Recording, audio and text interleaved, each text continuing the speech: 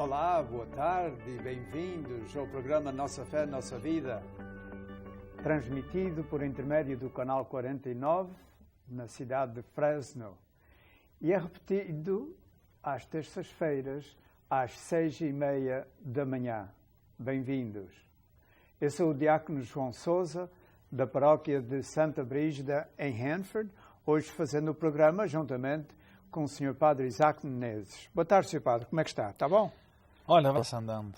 Devagarinho. Devagarinho. Hoje não, hoje andei até depressa. Andou depressa hoje. Hoje fiz O senhor é novo, ainda pode andar depressa. Quando chegar à minha idade vai mais devagar. E então, tudo bem em Orange Cove? Sim, está tudo bem. Está tudo legal, como diz o brasileiro. Está tudo legal. Sim, senhor. Bem, legal não sei, mas está tudo bom. Ok, isto hoje é o dia 29 de Abril, é o último domingo de Abril. Já pagámos os income tax, o inverno praticamente já passou, estamos agora na primavera, as festas a começar a toda a força. Hoje é a festa de Biohaca, a festa de Santo Cristo, e assim vamos, assim passa o tempo. Também estamos no domingo da Páscoa, o quinto domingo, no tempo da Páscoa, tempo muito lindo. E estamos na semana depois do Telethon. E a gente agradece a todas as pessoas que contribuíram. A gente não sabe quanto é que foi. Ainda não. Estamos a gravar antes do programa, antes do Telethon, só não sabemos, mas desde já agradecemos a vossa generosidade. Não é? Muito bem. Quer ler a primeira leitura? Quero sim. Vamos dar a primeira leitura. A primeira leitura vem do livro dos Atos dos Apóstolos. Naqueles dias, Saulo chegou a Jerusalém e procurava juntar-se aos discípulos, mas todos os temiam por não acreditarem que fosse discípulo.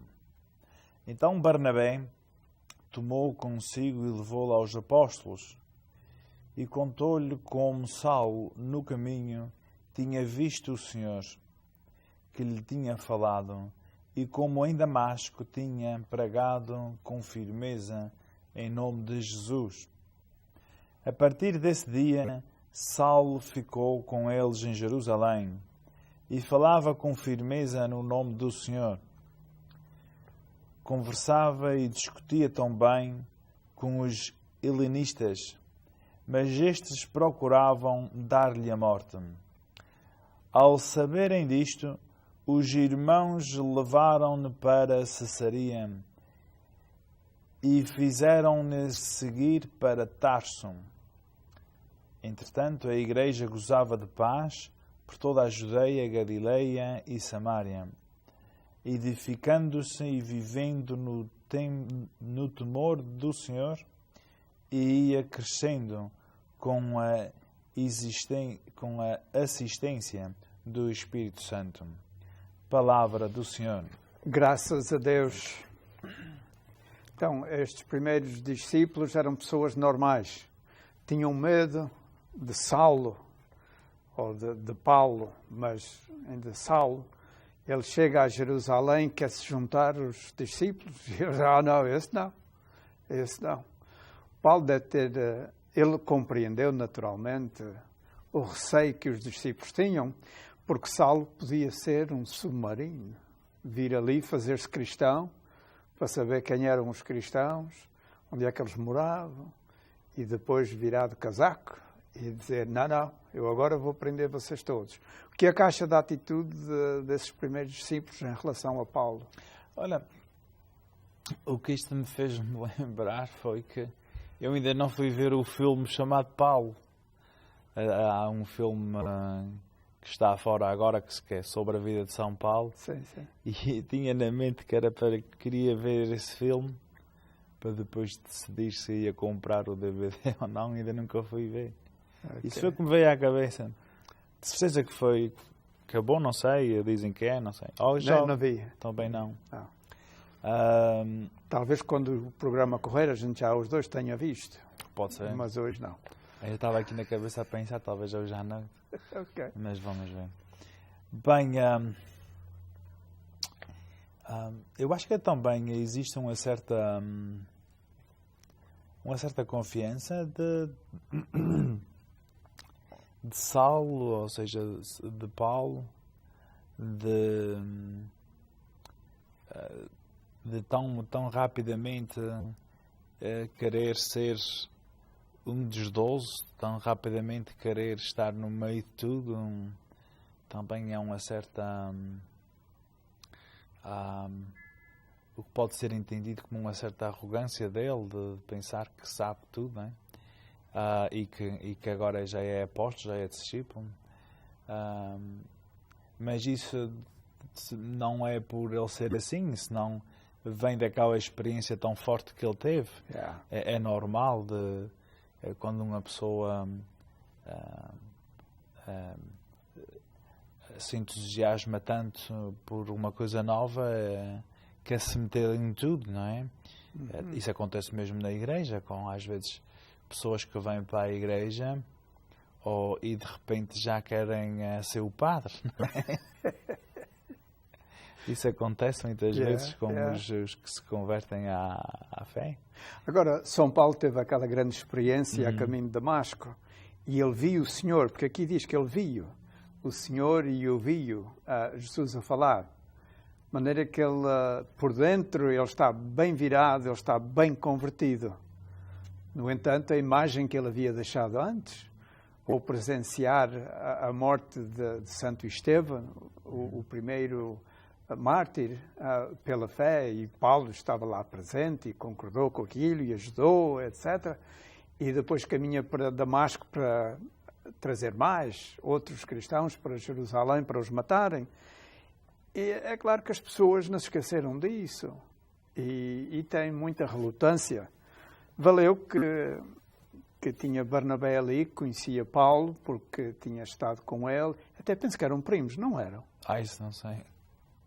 Eu penso que eles eram parentes. Mas, de qualquer maneira, eram amigos e ele conhecia-o bem. E foi preciso Barnabé, que era bem conhecido de Paulo, e Barnabé, que era bem conhecido dos discípulos, servir da ponte para ligar os dois. E então eles aceitaram Paulo, baseado na palavra de Barnabé. Mas o Paulo não foi fazer piqueniques, não foi tirar férias, ele começou logo a pregar. Uhum. E a pregar de uma maneira muito convincente, que até irritou aqueles que tinham matado como é o nome? O primeiro mártir, o Estevão, e que foram os helenistas, e agora os helenistas ouvem este. Tu eras um dos nossos. Tu ajudaste a matar aquele gajo, o Estevão, e tu agora estás do lado dele. Eles disseram, bem, a gente vai tirar o fogo também a ti. Tirámos a outro e somos capazes de tirar a ti. E os discípulos encambulharam-no para a Turquia, para Tarso, para a terra natal de Paulo. Como quem diz, vai, descansa um bocadinho, pensa naquilo que já sabes e que já ouviste e prepara-te, mas agora vai para casa uns tempos. E ele lá se foi para Cesareia, e depois de Cesareia foi para Tarso. Mas isso também aí, no que está a dizer aí, é um esclarecimento de quem é Paulo, quem é São Paulo, que é se ele tinha esse entusiasmo e se queria pertencer aos apóstolos, mas quando a igreja, basicamente que a igreja, os apóstolos, os discípulos é que decidem, vai para Tarso, ele é obediente e vai. Sim. E isso é importante dizer, não é? Yeah. Porque isso é uma coisa que muitas vezes nos falta, que é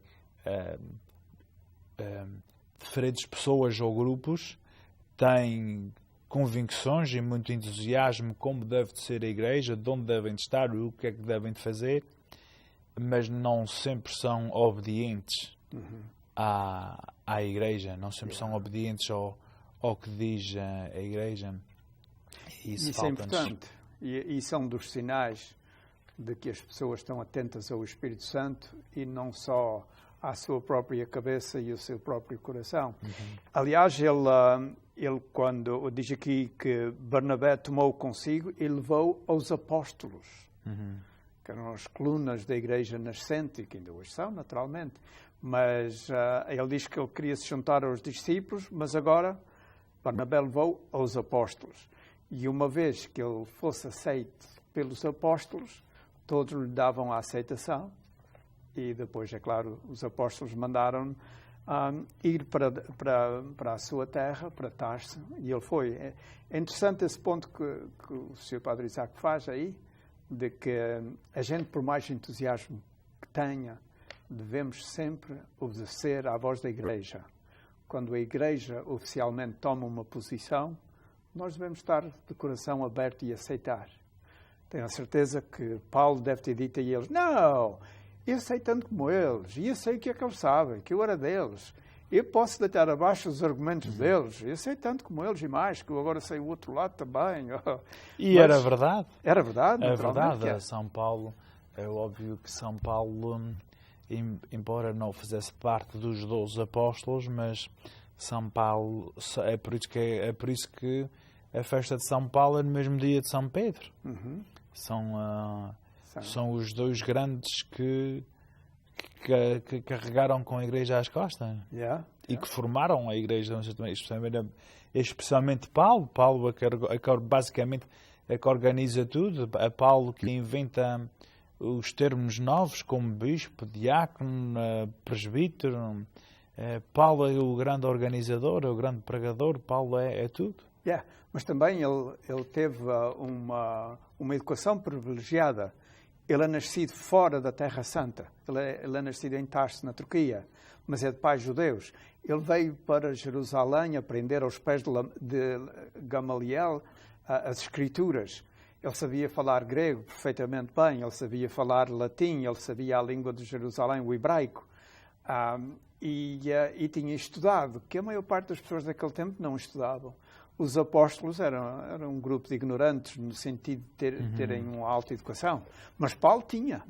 Paulo podia falar com qualquer pessoa do seu tempo, quer na Palestina, quer em Roma, quer em qualquer lado. Era um homem de muito saber, de muita inteligência, e Jesus aproveitou para ele usar todos esses dons para ir expandir o reino dos céus. Mas é muito bonito ver esta transformação. Alguém que odiava o nome de Jesus Cristo, odiava os cristãos, ajudava a matá-los, tinha planos para derrubar esta igreja nascente. E quando se encontra de cara a cara com Jesus Cristo, foi uma mudança radical em que abdicou de todas as suas ideias pessoais, de todos os seus preconceitos, e tornou-se numa pessoa muito humilde. A gente às vezes parece que ele é assim um homem quase que até bruto e rough, mas Paulo é muito humilde. O que tem é que ele tem muito saber e muito amor a Jesus Cristo. E está muito acima de todos aqueles com quem ele lida, tanto os ouvintes até como os seus acompanhantes. A gente, ao ler as epístolas de São Paulo, uma pessoa pode notar a profundidade do seu amor a Jesus Cristo. A gente hoje em dia fala dos místicos, que têm experiências sobrenaturais, mesmo ainda no seu corpo, e que têm uma percepção das realidades espirituais acima do normal. Paulo tinha tudo isso. Era um grande místico, mas também um grande sabedor da sabedoria daquele tempo. Conhecia a geografia, conhecia as línguas, conhecia tudo. E a gente tem tanto para aprender com ele. Também, eu acho que uma outra parte de São Paulo é que eu acho que a maior parte das pessoas gosta mais de São Pedro do que de São Paulo. Por causa que Pedro é aquela figura assim mais humana, aquele que num dia acerta, no outro dia não, é aquele que diz coisas que não devia, não é assim uma figura tão tão imponente, assim como tem a razão e tantos argumentos. E São Paulo é aquele que faz coisas que hoje nós não faríamos, como por exemplo quando entra no templo que tinha a imagem ou o altar ao Deus desconhecido e ele põe a cinza dentro do templo, porque hoje diziam que os deuses vinham comer as comidas que lá deixavam, depois pôs as cinzas. No outro dia estavam lá as pagadas das pessoas que iam lá a comer a comida, e depois pega num pau e toca a partir os ídolos todos. E isto são coisas que nós hoje diríamos que é incompreensível. Mas ele era um homem do seu tempo. A Igreja e a sociedade em geral têm avançado muito ao longo de 2000 anos. Coisas que eram comuns naquele tempo, como a escravatura, como condenar uma pessoa à morte, e ele era morto naquela hora mesmo, não andava 6 meses a fazer apelações. Tanta coisa. E que a gente já foi ultrapassando. Paulo era um homem do seu tempo. E tinha os costumes do seu tempo, a mentalidade do seu tempo. Mas a gente nunca lhe pode tirar o grande amor que ele tinha a Jesus Cristo e de que ele deixou tudo o que era dele, coisas que eram queridas para ele, incluindo a sua cultura e o seu povo, a maneira de pensar e a lei e a maneira como foi criado. Ele compreendeu o valor dessas coisas que eram para preparar a vinda de Jesus, a vinda do Messias, e ele submeteu-se por inteiro a Jesus Cristo. Eu, à medida que os anos vão passando e que vou conhecendo melhor quem era São Paulo, tenho cada vez maior admiração por ele. Ele é maior do que a maior parte das pessoas imagina. Outro dia estava a ouvir uma conversa na rádio católica em que aquele convertido Steve Ray já afirmou muitas vezes que São Paulo foi dos maiores vultos em toda a história e um homem que mudou o rumo da história. Não é? O que ele fez, levar o cristianismo à Europa, que foi ele o primeiro, etc., realmente mudou o rumo da história. A gente também vai mudar o rumo das coisas agora só por 1 minuto. Vamos fazer um intervalo. A gente volta. Até já.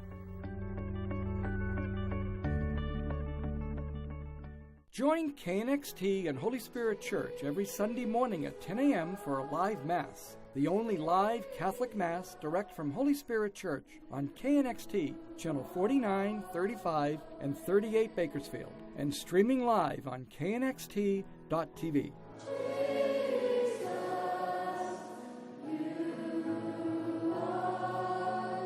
The first live Mass every Sunday at 10 a.m. on KNXT and knxt.tv. We're here before dawn. We're here at midnight. We're here when life begins, and here when it ends. We spend hours training, bonding, and earning their trust. We are their voices, their allies, and their advocates, now and in the future. This is not just our job. It's our passion. We are Fresno Chaffee Zoo.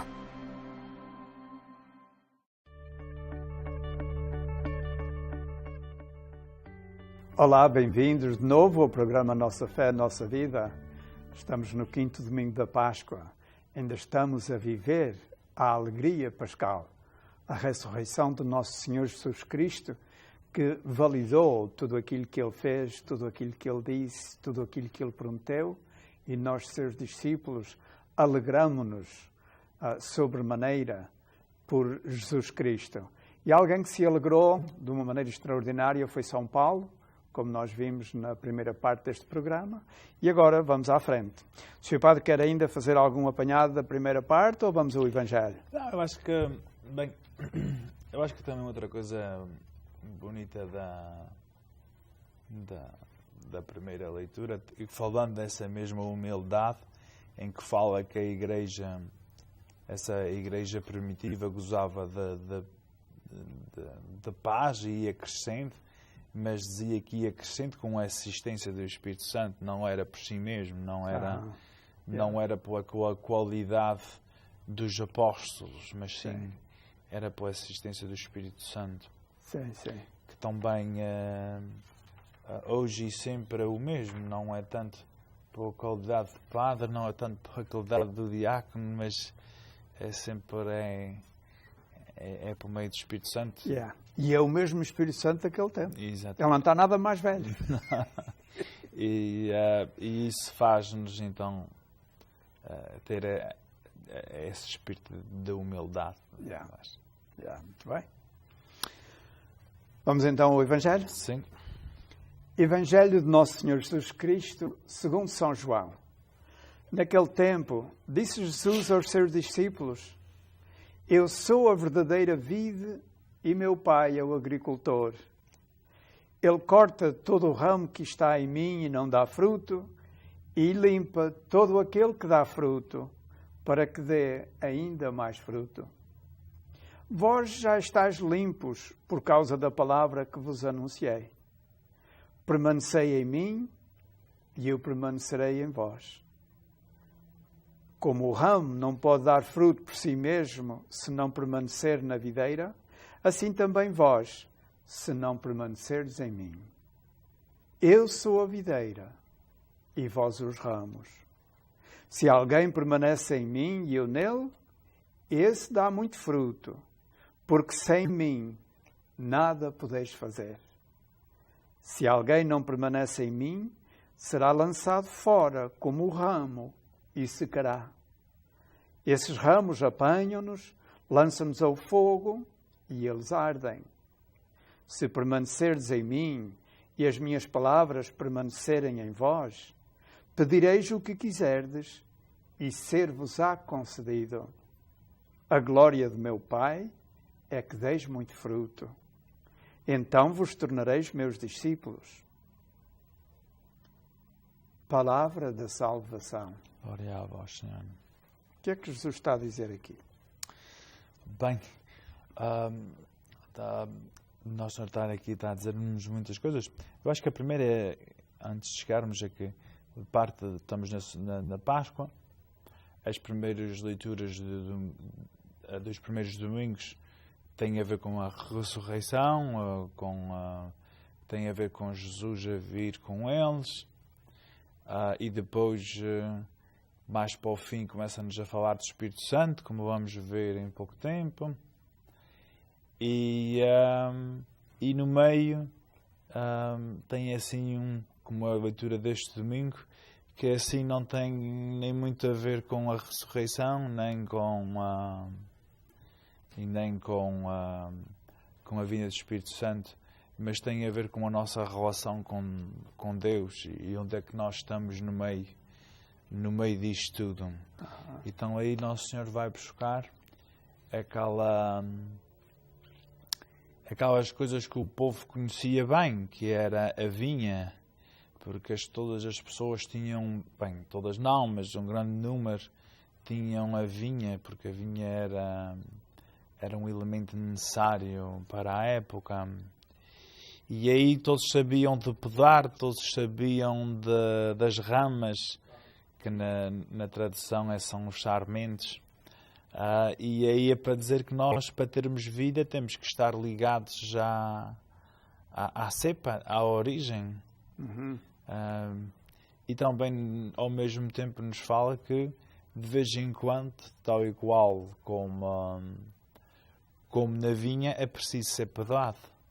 Porque senão vamos ficar assim numa vinha brava. Em pouco tempo não dá fruto, não dá nada. O que é que tem a ver o tronco com os ramos? Pois os ramos, já sabe que os ramos é onde dá as uvas, onde dá o fruto. E nós muitas vezes enfocamos muito no fruto, mas esquecemos a cepa. Porque sem o tronco, sem a cepa, aí é que está o valor, não é? E é uma imagem muito clara. Jesus usa uma imagem muito clara. Não sei se já reparou, quando a gente corta um ramo da vinha, como ele chora. A gente diz que ele chora. Está cheio de seiva. Aquela seiva corre. E o tronco é que alimenta, é que tira a umidade ou a água do solo e traz, e aquela seiva corre os ramos todos. E nós também, se somos os ramos e Jesus Cristo é que é o tronco, o que corre em nós é a vida dele, não é? A vida da graça é a seiva que, no fim de contas, nos vai transformando aos poucos, que nos alimenta e nos transforma. E Jesus Cristo foi muito claro. Se a gente permanecer nele e ele em nós, a gente dá muitos frutos. E se não, não damos frutos. E ele usa uma frase muito direta. Sem mim, nada podeis fazer. Mas não posso fazer um bocadinho? Não. Fazes, mas o que fazes o vento leva. Não tem repercussões, não tem consequências. E, sobretudo, para nós, os que trabalhamos no reino de Deus. Se a gente está fazendo porque a gente gosta de fazer, no nosso caso, a gente gosta de pregar, a gente gosta disto, daquilo, daquele outro. Se a gente está fazendo isso em nosso nome, a gente diz umas palavras bonitas, as pessoas gostaram, mas não há fruto. Aquilo não dura, não perdura. Se a gente está enxertados e com a consciência de que é Jesus que está atuando por nosso intermédio e chegando aos outros, aquilo dá fruto. A gente às vezes nem sabe como, não vamos saber neste lado da vida, mas no outro talvez vamos ver. Isso também tem a ligação com a primeira leitura, quando falávamos que a Igreja ia crescendo com a assistência do Espírito Santo. E aqui também nós sem Jesus não podemos. E isso vê-se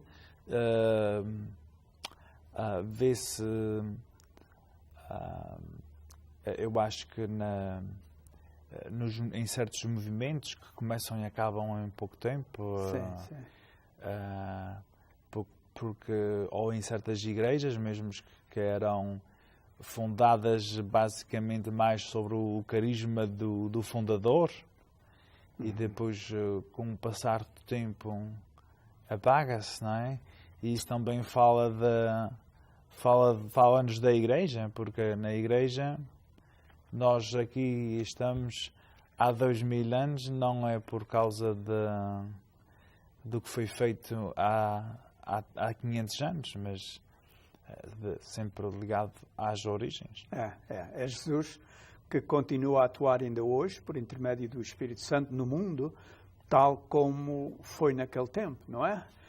Bem, acabou-se o tempo. Bem, caros amigos, foi um prazer para nós estarmos convosco durante estes 30 minutos. Sem Jesus Cristo, nada podemos fazer, mas mesmo nada. Estejamos sempre com Ele e Ele estará connosco e nos guiará para a verdade total. Obrigado pela vossa atenção, boa noite e adeus, até à semana que vem. Boa noite.